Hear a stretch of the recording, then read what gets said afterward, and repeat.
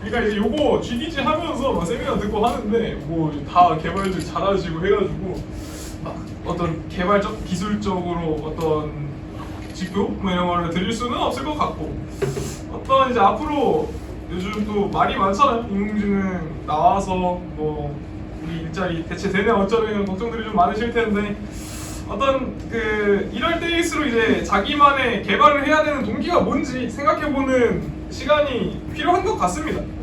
그래서 제가 옛날 고등학교 입학할 때쯤인가 아빠한테 책을 하나 받았는데 본인이 뭐 책을 읽겠습니까? 게임이나 했지.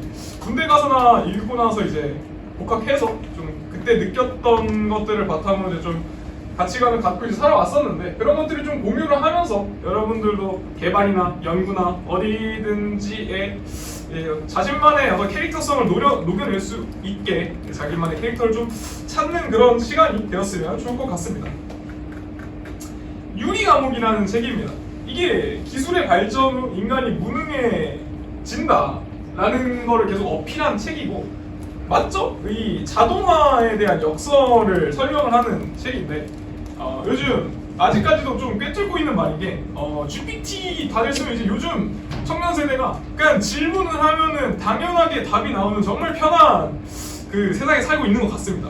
그러면은 이제 우리가 생각하는 이 어떤 과정들이 이제 점점 퇴보가 될 거고 그런 걱정들이 이제 과거에서부터 있었습니다. 이 2011년인가 발행된 책인데 아직까지도 좀 꿰뚫고 있는 큰 영향력을 가지는 책이라고 생각이 듭니다. 자동화의 역설이 뭐냐? 그러면 정의는 자동화 시스템이 종종 업무 부담을 높이고 불안한 작업 환경을 만든다. 자동화로 인간의 인지 능력이 퇴화되고 긴급 상황에 대응하는 능력이 없어진다 라고 책에서 설명이 됩니다. 그러니까 자동화라고 하면은 굉장히 반복적이고 간단한 작업들을 딱딱딱 알아서 해주니까 우리가 좀 더 어떤 고도화된 작업에 몰두할 수 있지 않을까 라는 기대를 가지고 있지만 실제로는 그렇지 않다 라는 역설을 좀 표현합니다. 그래서 책에서 여러 가지 폐해들을 좀 설명을 하는데 자동 변속 자동차 이게 제가 또 일종 보통 취득자로서 이종 보통이신 분들은 좀 공감을 못할 수도 있는데 이제 수동으로 기어 변속을 하는 그 재미가 있습니다. 이 언덕에서 반클러치 딱 깔끔하게 해서 쫙 나가고 뭐 2단으로 시작하면은 좀 가속도를 붙여가지고 또 하고 눈길에서는 브레이크를 급하게 밟으면 이게 미끄러지는데 그냥 3단으로 가다가 2단으로 바꾸면 얘가 알아서 엔진 브레이크가 걸려서 속도가 점점 줄어듭니다. 이런 운전의 재미가 있는데 이제 자동 변속기가 달린 자동차를 운전을 하면서 이런 능력을 이제 더 이상 못 씁니다. 기어 변속이라는 어떤 불편한 작업을 자동화를 해줬지만 막상 나는 운전하는 재미가 없어졌다라고 이 책에서 이 저자 니콜라우스 카가 그런 경험을 바탕으로 얘기를 합니다. 두 번째 이제 폴간 항공 3407편 추락사고인데 2009년부터 이제 비행기는 이제 거의 자동 비행으로 전환이 됐었습니다. 얘가 뭔 사고냐면 비행기가 이렇게 갑니다. 근데 반대쪽에서 바람이 개세게 불면은 이제 비행기가 이렇게 들리겠죠? 그러면은 이제 이게 항해에 이상이 생기니까 자동 비행 시스템에서 경고를 줍니다. 이제 너 이거 이상하니까 네가 조종만 잡아라.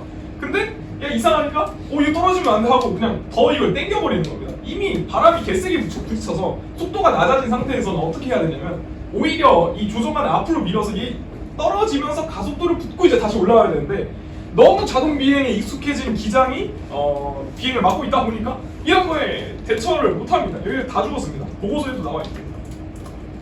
이누이트족 요거는 조금 간단한 얘기인데 여기가 이제 북극에서 그 허스키들 매달라가지고 썰매 타고 다니는 사람들인데 이 사람들은 길 찾는 게 되게 불편하겠죠?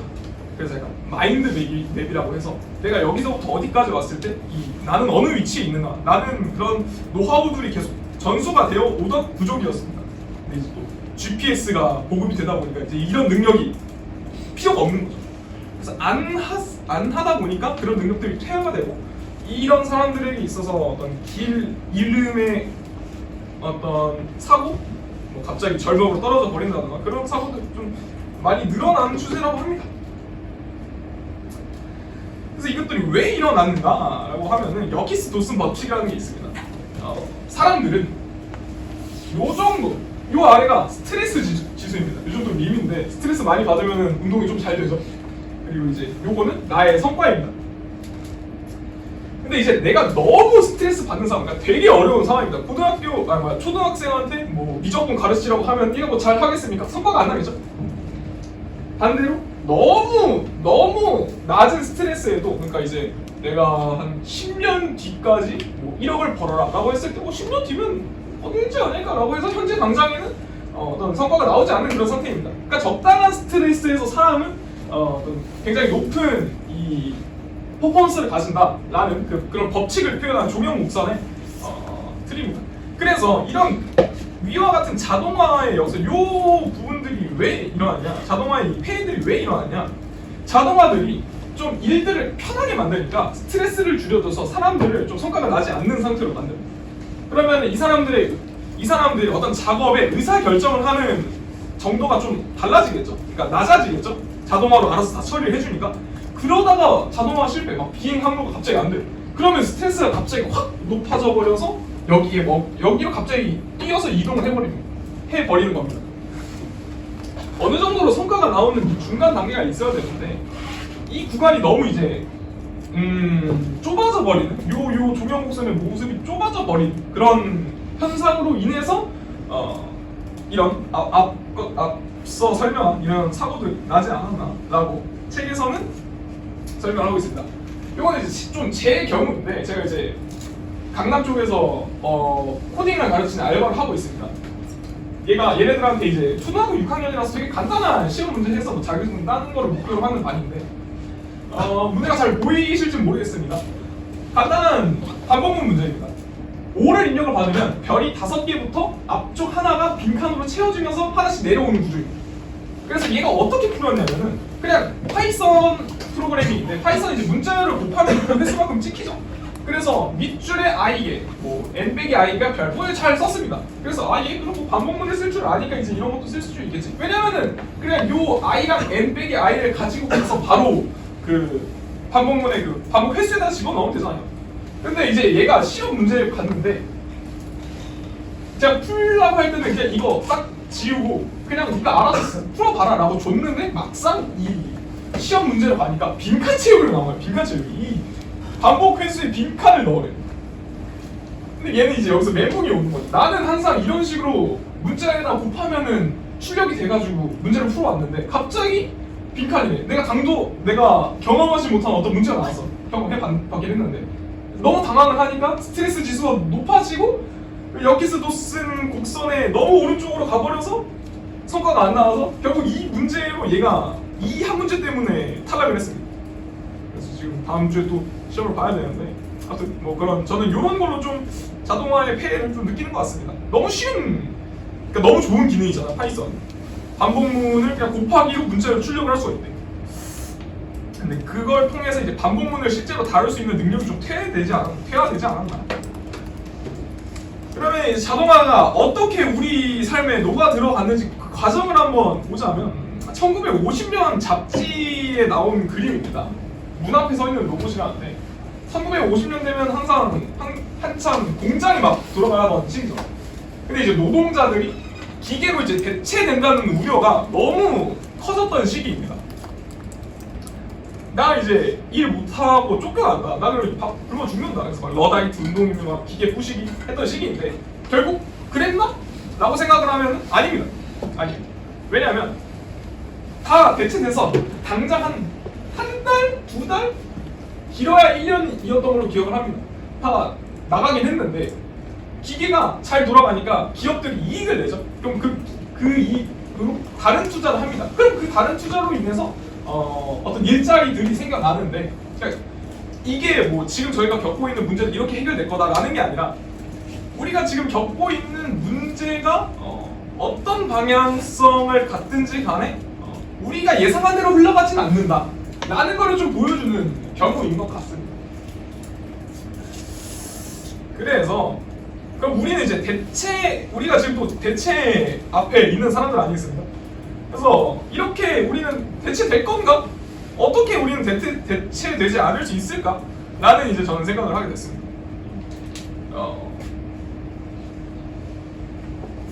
자동화, 그러니까 요 사실을 왜 넣었냐면은 다음 단계로 가기 위해서는 어차피 자동화는 필요합니다. 요 부분을 조금 보시면은 그냥 제가 CS의 발전이 어떻게 됐을까를 좀 간단히 적어봤는데, 처음에는 뭐 되게 로우한 레벨의 랭귀지를 썼겠죠. 뭐 목적 코드나 이런 거로 썼다가 좀 하이 레벨로 가면서 C, 자바 이런 거 나오고 프레임워크 나와서 뭐 장고, 스프링 이런 거 있고, 그 다음에 그런 것들이 되었기 때문에 그 프로젝트 내에서 아키텍처를 어떻게 설계를 할 건가, 아니면 뭐 파이토치나 텐서플로우 같은 라이브러리도 되게 연구가 많이 됐고, 이제 그런 것들이 발전을 하면서 우린 조금 더 고도화된 어떤 연구를 할 수 있는 건 맞습니다. 정말 이상적이죠. 파이토치로 이제 굉장히 복잡한 연산을 그냥 함수 하나를 딸깍 실행할 수 있으니까 우리는 더 고도화된 모델에 대해서 좀 더 집중할 수 있게 되는 겁니다.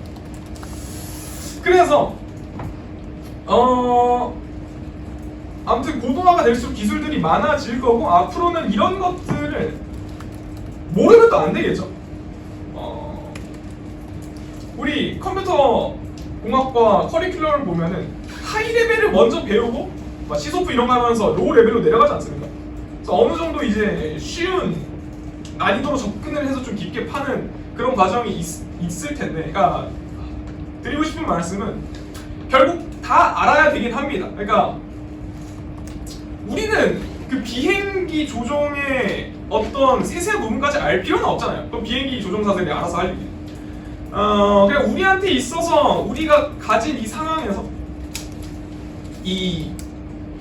내가 나의 그 전공 분야에 있어서는 어떤 그 자동화로 대체가 됐지만 그 부분이 어떤 식으로 동작하는가, 그 근본을 좀 알아야 된다고 말씀드리고 싶은 겁니다. 그래야지 뭐 그걸 이제 응용을 하든 뭘 하든 백그라운드가 있어야지 좀 응용하기 쉽겠죠. 근데 왜 근본을 알아야 되지? 그냥 전부 다 자동화로 하면 되지 않아? 그 비행기 사고도 생각을 해보면 그냥 그 조종사가 비행기를 당기지 않고 그냥 소프트웨어 매뉴얼에 이런 상황이 있으면 너가 알아서 속도를 다시 올려서만 가라 라고 이제 하면은 사실 사람이 있을 필요가 없잖아요. 사람이 있기 때문에 사람도 그냥 하나의 변수야. 사람이 이제 사고를 낸 거야 이거. 그래서 그냥 이거 다 치우고 전부 자동화 시키면 되지 않냐 라고 생각을 해보면 또 그렇지 않겠죠. 그래서는 안 되고,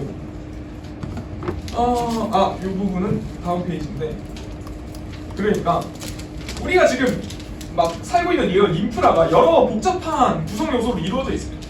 뭐 상수도, 교통도 있고, 그 교통을 하기 위한 뭐 어떤 연료 발전, 그런 것들이 이제 복합적으로 이루어져서 우리가 이런 학교에서 이런 자원들을 쓰면서 뭐 되게 잘 살 수 있죠. 여러 개의 어떤 복잡한 요소들이 섞여 있다 보니까 어떤 인위적인 취약에 굉장히 취약합니다. 뭐 하나 틀리면은 연쇄해서 갑자기 이게 안 돼. 근데 이제 어디가 고장 난지 모르니까 굉장히 곤란하겠죠. 소프트웨어도 마찬가지 아닐까요? 컴퓨터가 소프트웨어, 하드웨어의 결합인데 그런 것들이 되게 많이 얽히고 설켜가지고 또 컴퓨터가 연산 속도가 굉장히 빠르기 때문에 어떤 하나의 취약점에도 굉장히 치명적으로 다가올 수가 있습니다. 그러니까 그 어떤 시스템이 응집되는 것 자체가 이제 좀 위험하다는 거죠. 보안하신 분들은 아시겠지만 보안의 개선은 있어도 완벽한 보안은 없다라는 말이 있잖아요. 그런 느낌인 거죠. 기술은 결국 성능은 개선이 되지만 무결점은 절대 존재하지 않습니다.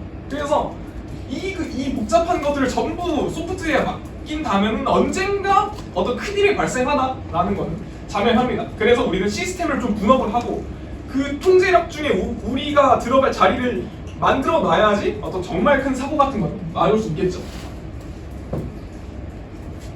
그럼 이제 어떻게 우리는 이 자동화의 홍수에서 의사결정을 참여할 수 있는 그런 능력을 가질 수 있을까? 어떤 발명의 동기가 책에 설명한 게 기계 만지기를 좋아하는 사람이 바퀴를 돌아가게 하고 싶어하는 욕구로 어떤 것들이 발명된다고 합니다. 어떤 건 느낌이 좀 오시죠? 그러니까 이러한 욕구가 사람들이 직접 참여할 수 있는 공간에서 발생을 하는데, 뭐 건물 프로그램 예시를 들면은 요즘은 이제 2차원으로 도면을 그리면 그걸 3차원으로 올려준다고 합니다. 건물을 지을 때. 근데 너무 그걸 그냥 자동으로 띡 하면은 이제 건축가들 입장에서는 내가 3차원 공간을 설계를 해보는 경험이 없어지는 거잖아요. 그런 공간이 없어지는 건데, 그렇지 말고 그냥 2차원 도면을 그리고 거기 덧대서 3차원을 그릴 수 있는 그런 장소를 뭐 마련한다면 그럼 이제 3차원에 대한 의사결정에도 내가 참여를 하니까 그런 능력도 얻을 수 있는 거죠. 근데 또 그건 쉽지 않죠. 인간은 뭐 효율적인 기기를 선택하려 하니까 피처폰이랑 스마트폰 하라고 하면 전 무조건 스마트폰 고릅니다. 네. 굉장히 어려운 문제인 것 같습니다. 이거는 아직도 해결해야 하는 문제인 것 같고 이때 당시에도 그렇고 지금도 그렇다고. 요건 쪽에 듀오링고 왜 넣어놨냐면 얘 게이미피케이션으로 유명하죠. 영어 공부하는 애인데 뭐 보석 같은 것도 주고 뭐 연속 학습 이런 것도 있고 얘가 이제 좀 적당히 자동화를 쳐내면서 사용자의 참여를 좀 높이기에 적절한 예시가 아닌가. 그 거기서도 얘기하면 책에서도 얘기합니다. 게이미피케이션이 이런 것들을 게이미피케이션이라고 하는데 게임이 아닌 걸 게임처럼 표현하는 거. 이런 것들이 적절하게 사용자의 참여를 높이는데 굉장히 효과적인 선택지인 것 같다. 라고 합니다.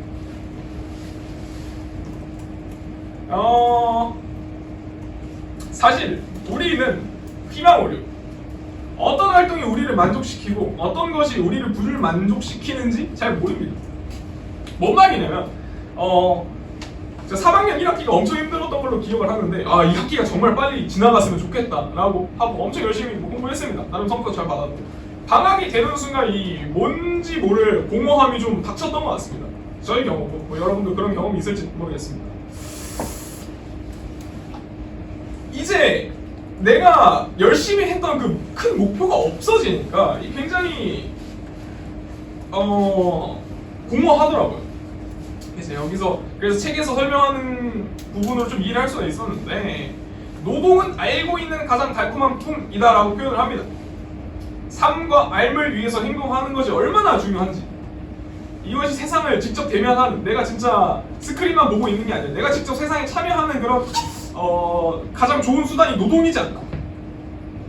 그래서 이 증명으로 경험 추출법에 대한 실험 결과를 보고를 하는데 특정 시점에 다양한 사람들한테 너 지금 뭐 하고 있냐, 어느 정도 몰입하고 있냐 라는 걸 설문조사를 한 부분이 그런 조사였는데 다양한 분야 그러니까 사람들이 그냥 어떤 분야의 사람들이든 간에 여가보다는 일하는데 더 많이 행복하고 자유시간에는 지루함과 불안함을 느꼈다고 합니다.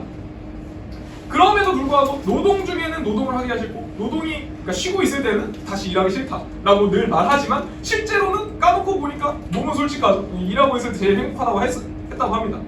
그러니까 이제 우리가 진짜 뭘 되게 어디에서 행복함을 느끼는지는 우리는 제대로 인식하지 못하고 있다는 걸 먼저 설명을 드리고 왜 그러냐면 이 노동이라는 게 시간에 어떤 체계를 부여를 하죠. 그러니까 이게 또 오를 만한 나무, 그러니까 특별한 목적이 있기 때문에 힘들긴 하지만 내가 오를라야 하는 그 뚜렷한 목표가 있기 때문에 굉장히 몰입할 수 있는 그런 수단이 있어서 노동을 하는 데 있어서 행복함을 느낀다고 설명을 합니다. 그래서 제가 드리는 말씀은 이제 우리가 몰입을 해야 된다라는 부분입니다.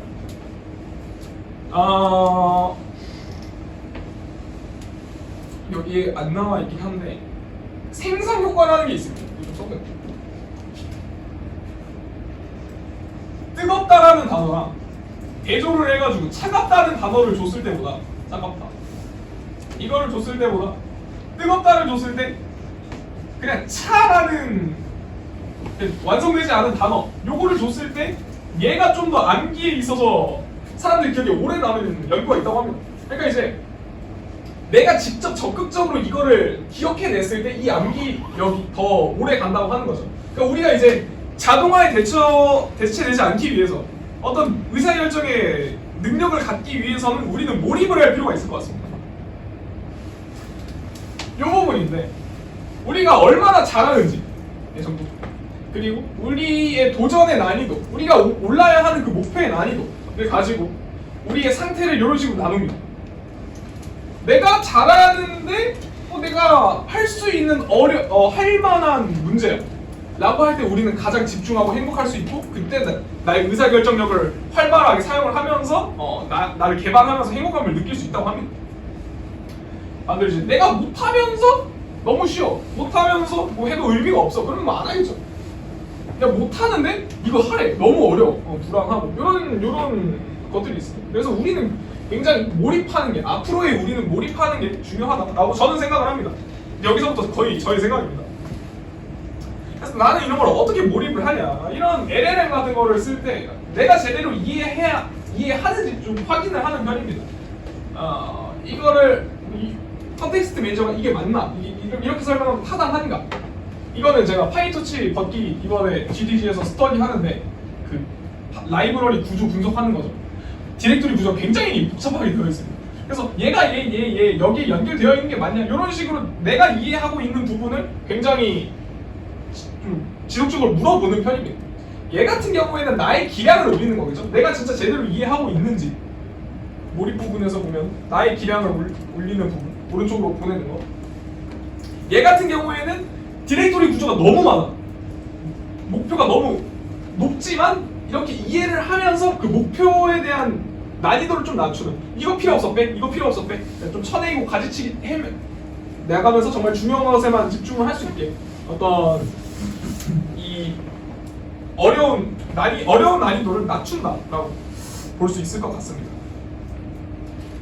이제 앞으로 이걸 느낀 다음에 이번에 작년에 처빙 해코톤이 있었는데, 그래서 좀 사람들을 몰입시키는 프로젝트를 한번 해봐야겠다 라고 했고, 제가 그냥 처음부터 끝까지 기획을 다 했습니다. 이건 좀 아닌 것 같은데 라고 해도 그냥 진행을 했고, 뭐냐면 어떤 이력서를 썼을 때 LLM이 글을 생성을 해주는 게 아니라 옆에서 피드백을 줍니다.